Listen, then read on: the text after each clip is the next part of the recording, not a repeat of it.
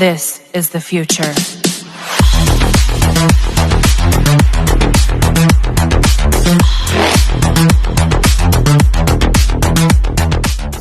Hello everyone and welcome to today's video where I'm coming to you from the Nismes circuit here in the south of Belgium, right on the French border. And today is the final round of the Belgian Motocross Championship, so I've come along to see what's happening. Now the objective of the day is the same as every other for the most part when I'm here.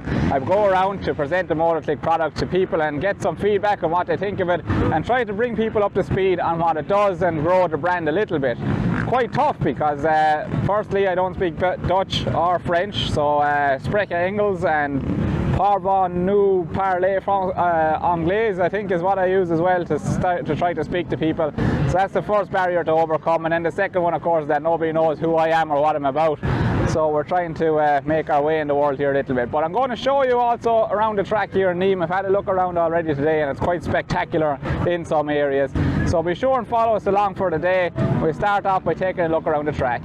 Okay, so what's this circuit like overall? Well, if you can imagine a piece of land with a spectating area jutted up in the centre, and then on both sides of this area you've laid down a track like a piece of spaghetti, up and down the hill, up and down all the time, trying to make the very most of it.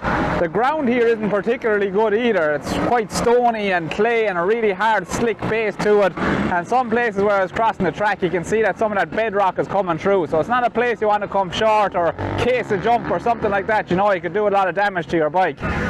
I also really wouldn't like to race you on a wet day. The hills going up and down are really super steep, and I've just about gotten away with it today. I think when I came here this morning it was maybe 3 degrees with fog cover, but as the fog lifted and the sun came through, temperature started to come into the track and started to dry it out a little bit. But I can only imagine what it's like to try and pull up and down these hills on a really wet day. It's certainly not a skill that I could master. So I'm not going to bring you through every single part of the circuit here, but maybe some of the bits that really stand out. And this is just after the about halfway through the lap, I think. They've got this real sort of gravity cavity in here behind me where the riders dip down in here and then they have to launch up off it again. And this kind of starts out into the descent then down onto the other side of the track. So this is the back half of the circuit from where the paddock is laid out. And there's a really cool obstacle up next that I want to show you where riders need a lot of commitment and timing to be able to do it. It's this drop off here, and we're just at the start of a race now, so I should see a lot of the pack coming down here behind me. But this is about 2 to 3 stories from here to here, and you need a lot of commitment and a lot of bravery to make your way down off it. For the fastest riders here today, it's just under a 2-minute lap time at about 1 minute 50, and it all starts with this gate drop here behind me. And it's a big long pull all the way down into the first corner here before the track drops down away again into one of the first steep downhills. And it comes back up again then, full power on the pipe before dropping back down again, and I think it does that maybe 3 times all the way around the back end of the circuit. And here we are then at the first drop down on the circuit. Now the start is just right in front of me there in the first turn, but you can see here how far the bikes are dropping all the way down to the bottom of the hill. And if you notice as well that that's the road in behind it with a series of houses along there, so even though they have complaints about noise in Belgium, it seems to maybe only concern some circuits and not others.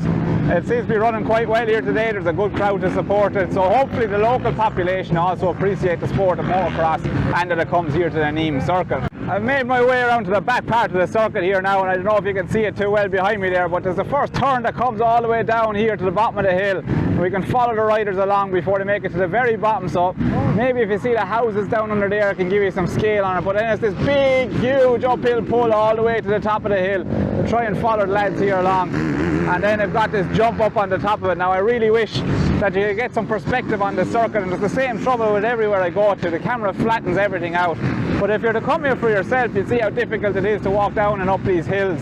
Maybe you'll have to invest in a drone or something, it might give you some better view on it. Now there are 4 parts on this track where you really have to be brave if you want to squeeze the most out of the circuit. The first one was the drop off over there at the start of the lap that I showed you a little bit earlier in the video, and the second one is this one here. So after that big long pull up all the way up the hill, you have the choice.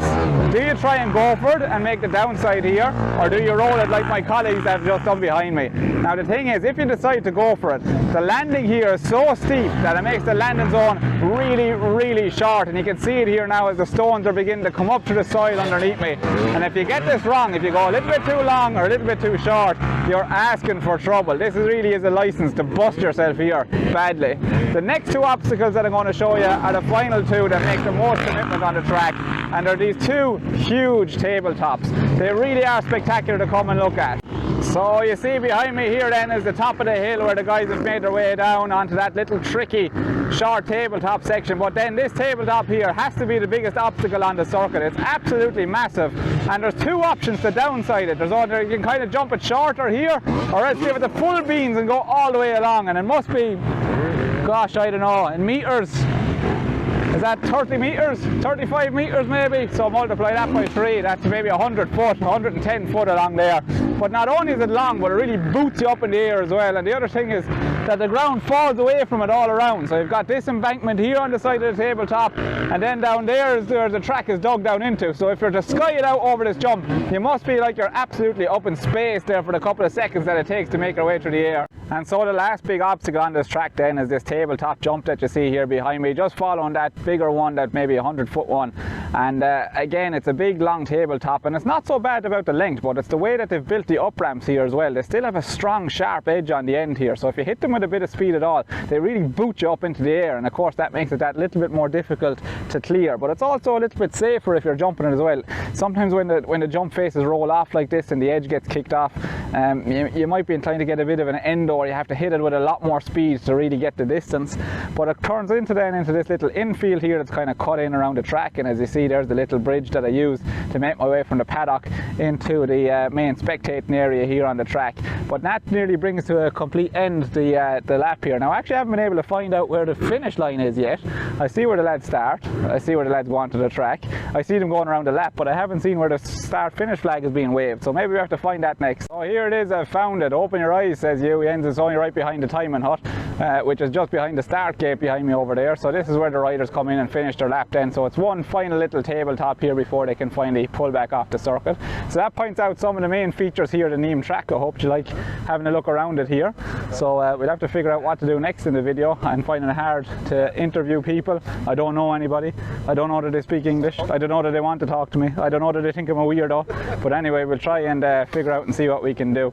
And I hope you like taking a look around the track, and we'll have some footage now, maybe some of the bikes going around and stuff. We all like that, don't we? Yeah, let's watch some bikes.